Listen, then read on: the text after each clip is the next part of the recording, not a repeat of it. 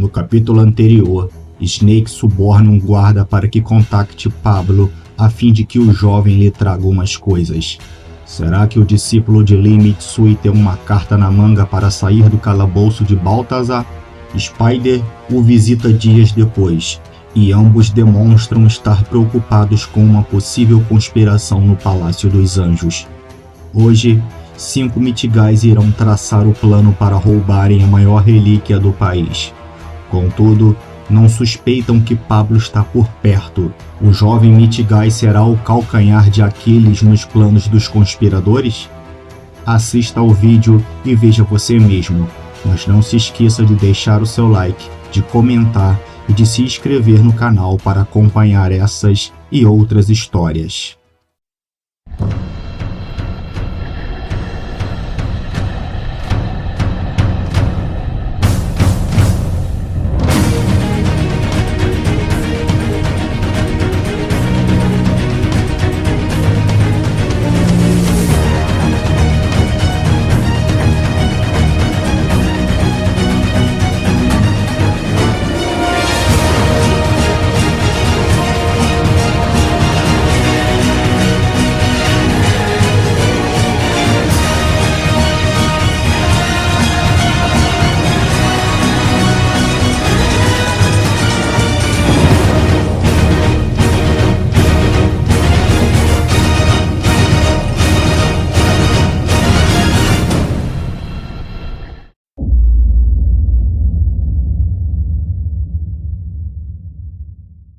Só havia uma pessoa que podia esclarecer o que acontecia, e Spider sabia bem, pois de todos os Yatogatas, somente um era capaz de usar o Taishi daquela maneira, o sumo sacerdote.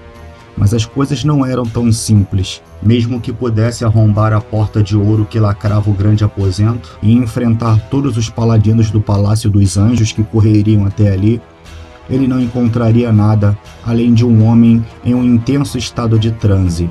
Faz 3 anos que ele se retirou para o ritual Yatogata, fez um muxoxo antes de dar a meia volta e voltar para casa.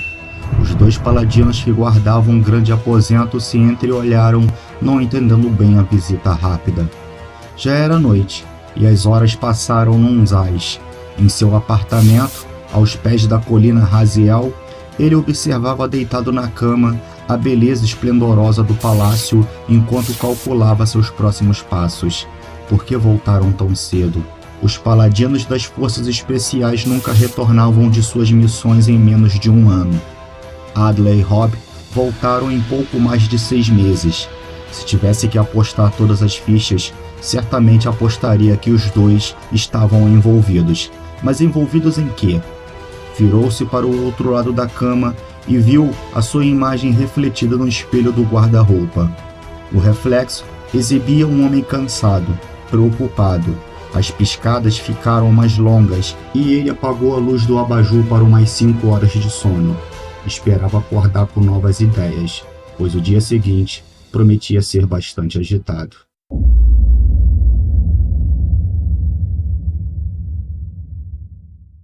Já estava muito quente pela manhã, e embora o sol não ardesse em seu ápice infernal, o mormaço indicava que seria um dia de treinamentos difíceis e sufocantes. O que ninguém imaginava era que uma frente fria vinha do sul, trazendo nuvens carregadas como há muito não se via. Próxima à fronteira do leste, depois da zona desmilitarizada, um cemitério de metal composto por torres abandonadas de extração de petróleo ornava um horizonte pardacento recortado pelo sol que se erguia naquela parte do país. As torres lançavam grandes sombras sobre o terreno erosivo marcado por inúmeras rachaduras. As más línguas diziam que era uma terra insalubre devido aos gases que se erguiam das fendas que vincavam o solo. Por isso não era muito frequentado pelos Mitigais. Porém, tudo não passava de falácia, pois pequenas criaturas rastejavam por ali e se protegiam das altas temperaturas em sombras lançadas pelas torres. Snake costumava usar a região para aperfeiçoar suas técnicas, e Pablo, que era o seu maior fã, imitava seus passos. Entretanto, naquela manhã o jovem Mitigai não estava sozinho ali. A princípio, Achou que tinha sido uma impressão, mas as vozes que chegavam a seus ouvidos se sucederam, não dando a ele outra alternativa. Sob uma sombra de uma torre desativada, 5 paladinos conversavam sobre um plano que estava prestes a pôr em prática.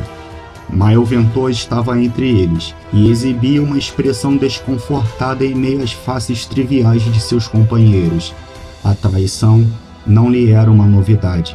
Mesmo assim, trazia uma sensação ruim que ressuscitava antigos fantasmas nunca exorcizados. Aliado a isso, a incômoda ideia de estarem sendo observados. Então, senhores, dizia Lars, estão realmente dispostos a ir até o fim? Houve um instante de silêncio. Os paladinos por um momento se encaravam como se alguém ali pudesse de súbito tomar uma atitude surpreendente.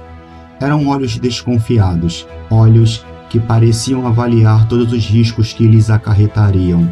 Palladium os perseguiria até que estivessem mortos, e Valerin não estava pagando poucos milhões pela espada de Miguel, mas muitos milhões.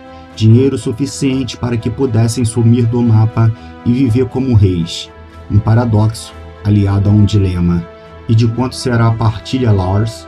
Robb perguntava esfregando os dedos, médio, indicador e polegar. Qual a porcentagem de cada um? Lars sorriu passando as mãos no cabelo. Os esqueletos de ferro das torres eram manchas negras contra o rubor implacável do sol. Bem, amigos, já que somos 5, nada mais justo do que 20% para cada, o que significa em cifras 50 milhões. Nada mal para uma velha espada. Jing sorriu.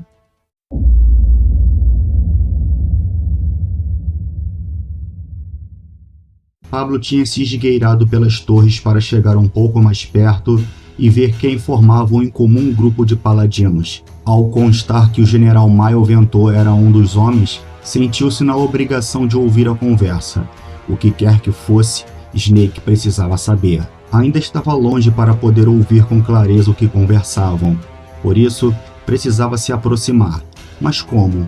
Já que se esgueirar pelas torres era uma péssima opção. Odiando-se por nunca ter dado atenção às aulas de leitura labial de Abdul Hakim, olhou para o alto e teve uma ideia. Por cima.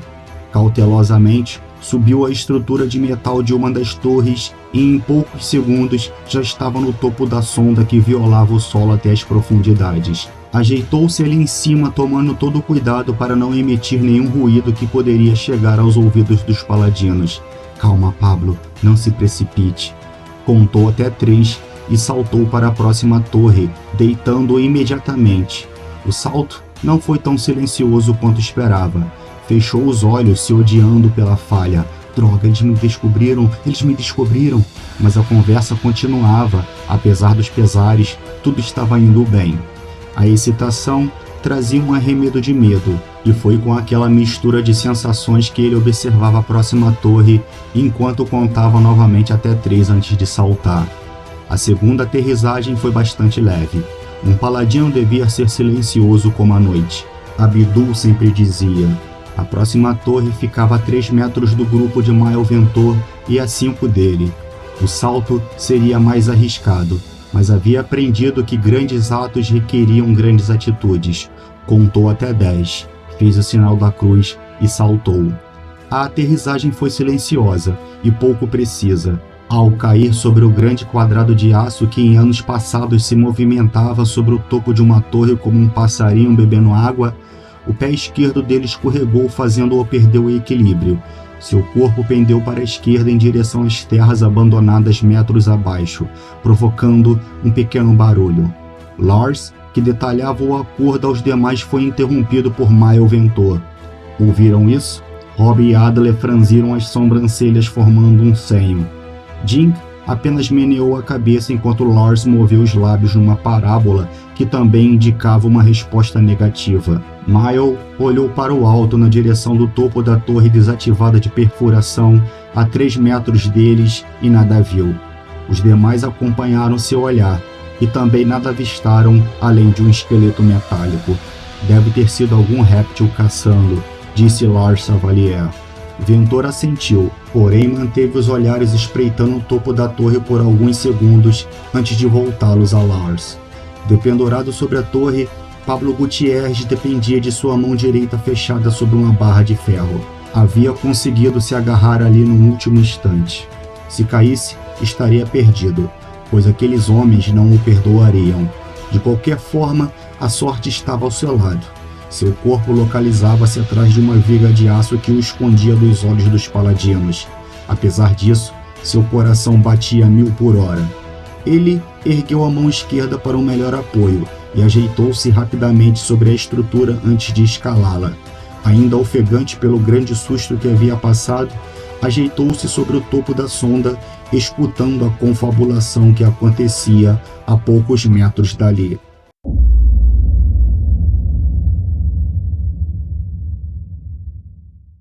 Ventor estava inquieto. Olhava para a torre de extração a 3 metros dele e se sentia bastante incomodado. Havia algo de errado ali. Algo que o enchia de dúvida sobre o que sentia e que ele não podia precisar se era instinto ou por obsessão fomentada por um momento tenso. O sol seguia sua escalada acima da linha do horizonte e em poucas horas atingiria o zênite, de onde irradiaria o ápice de sua fúria. Escutem bem, Lars detalhava a ação. As relíquias ficam num cofre nos subterrâneos do Palácio dos Anjos, como vocês sabem. A antessala é guardada por 2 ou 3 paladinos que não são grandes coisas. Acredito que o cofre dará mais trabalho que eles, pois se trata de uma imensa porta de aço antecedido por um lance de escada que dizem ser grande. Parece bem simples, comentou Robb. Está enganado, retrucou Mael Ventor sem tirar a perturbação do semblante. Lars aqueceu. Explique melhor, general. Adler quis saber. Há 2 anos, foi instalado no palácio um sistema de segurança semelhante aos que existem nos grandes museus e bancos. A porta que antecede a Sala das Relíquias só pode ser aberta com a impressão ocular do chanceler. Trata-se de um enorme e maciço bloco de aço feito especialmente para Palladium, tão forte que precisaríamos de certa força para derrubar. No entanto, a porta tem um sensor de impacto que faz soar o alarme central a qualquer toque mais potente do que uma carícia.